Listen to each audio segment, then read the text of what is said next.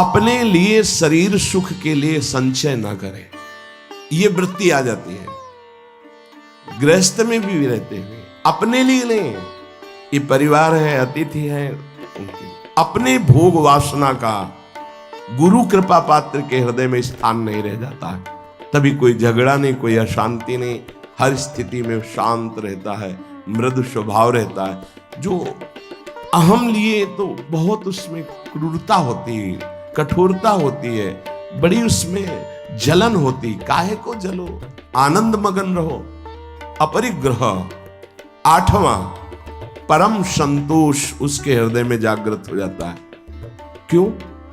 क्योंकि उसको ये बोध हो जाता है कि अनंत ब्रह्मांडों का स्वामी प्रभु वो मेरा है।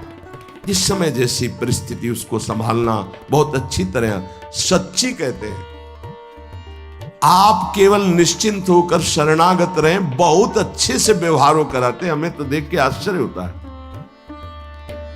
एक एक वस्तु को संभालना उनका कार्य, एक एक हर जगह श्री जी की कृपा और श्री जी का विधान दिखाई देता है कि ओहो कैसा उनका विधान है, कैसा उनका मंगल विधान है। आठवां है कि गुरु कृपा पात्र के हृदय में संतोष जागृत हो जाए। संतोष ये बहुत बड़ा धन है। बिन संतोष न काम न साही, वो अछत काम सुख सपने नाही। जैसी परिस्थिति उसमें संतुष्ट रहना। संतुष्ट एन केनवा, बाहर की या अंदर की।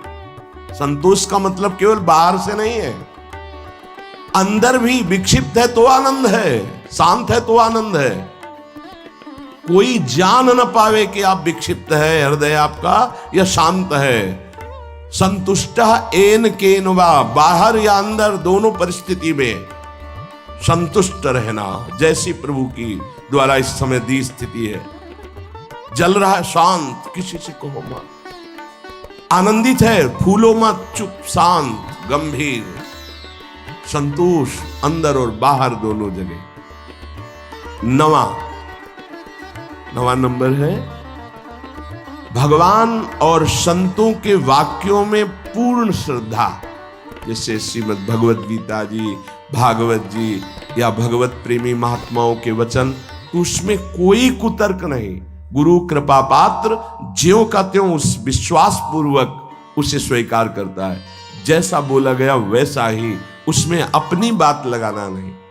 जो आत्मसमर्पण नहीं किए होते, दूर की श्रद्धा होती है, उसका कुछ और लक्षण होता है। जितना बोला गया उतना वो पहले अपने अनुकूल निकालते हैं उसमें से, कि ऐसे भी तो हो सकता है, ऐसा थोड़ी होता है, ऐसा होता, और फिर अनुकूल बात वो स्वीकार करते हैं। गुरुदेव या शास्त्र कभी मन के अनुकूल नहीं होते, मन को उनके अनुकूल बनाना पड़ेगा। मन तो बहुत विचित्र है। हम लोग शास्त्र और गुरु के वाक्यों को अपने अनुकूल मन के बनाते हैं। इतने में चल जाए, इतना बता देंगे, इतना छुपा लेंगे, इतना कर देंगे, इतना नहीं करेंगे, इतना अनुकूल है, इतना नहीं। लेकिन जो आत्मसमर्पण किए होता है, वो भगवान और संतों के वाक्यों में ज्यों का त्यों विश्वास उसको होता है। 10वां, वो नींद पर विजय प्राप्त कर लेता है। ये बहुत समय को बर्बाद करने वाली निद्रा होती है।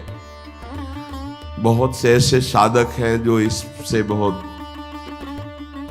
परेशान हैं। अगर आपका नियम पक्का हो जाए तो आप इस पर विजय प्राप्त कर लेंगे। बाल्यावस्था में जो साधन काल में बहुत परेशान करती है नहीं। माला चल रहा है, जैसे गायत्री अनुष्ठान था तो हमने खुद देखा है, अब वो कब छूट गया माला, अब जप रहे माला, बड़ा गुस्सा आता है, बार बार विघ्न पैदा कर। ये जो निद्रा है बहुत बड़ी शत्रु है साधक के लिए। गुरु शरणागत का नींद पर विजय प्राप्त हो जाती है, ऐसा है। हम अपने सदगुरुदेव भगवान की दिनचर्या देखी, वहीं वहीं रहे ना, काफी समय तक गुरुदेव भगवान के पास ही रहे। 1 बजे रात्रि तक पूज्य महाराज जी भजन करते, रात्रि दर्शन के आके थोड़ा जो कुछ श्री जी को शयन भोग लगाया, शयन कराया, और जो पाया 2 रोटी राजभोग में। राधे राधे दोस्तों, जय श्री कृष्णा। तो दोस्तों, आपको प्रेमानंद महाराज की बातें सुन के कैसे लगी हमें कमेंट बॉक्स में कमेंट करके बताएं। चैनल को सब्सक्राइब करें।